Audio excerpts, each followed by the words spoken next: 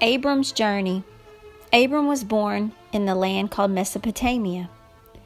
Now elderly, he had settled with his wife Sarah in Haran. There was a sadness for both of them because they had no children. One day, God spoke to Abram. He said, "You must leave this place. Take your wife, your relatives, your servants, and everything you possess and move to the land that I will show you. Once you are there, you will have my blessing. Your name will be great and your people will become a great nation." So Abram, with his wife Sarah, and his nephew Lot with his servants, his gold and silver, his tents, his donkeys and camels, sheep, cattle, they all traveled south toward the land of Canaan. But at the first place that they settled, there was not enough fertile land.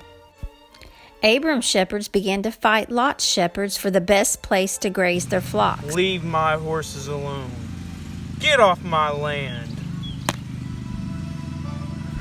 Abraham said to Lot, "Let's not fight. The whole land lies before us. If you go to the east, I'll go to the west, and there will be plenty for everyone." So Abram and his people settled in Canaan, while Lot looked to the east and saw the plain of Jordan. It was lush and green as a well-watered garden, and there Lot agreed to go.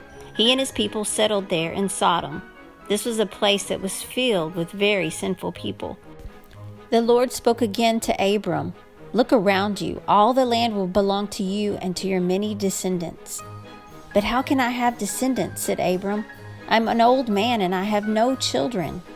"You will have a son," God told him.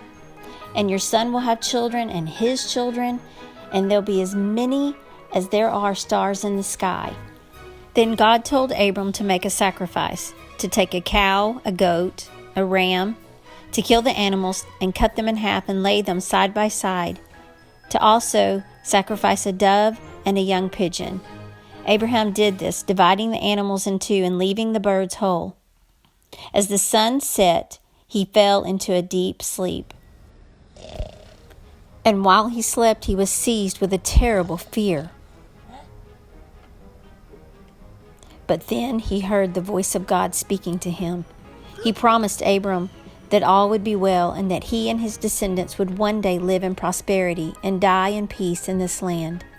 Night fell, and suddenly there came out of the darkness smoke and flames and a burning torch, which passed over Abram's sacrifice.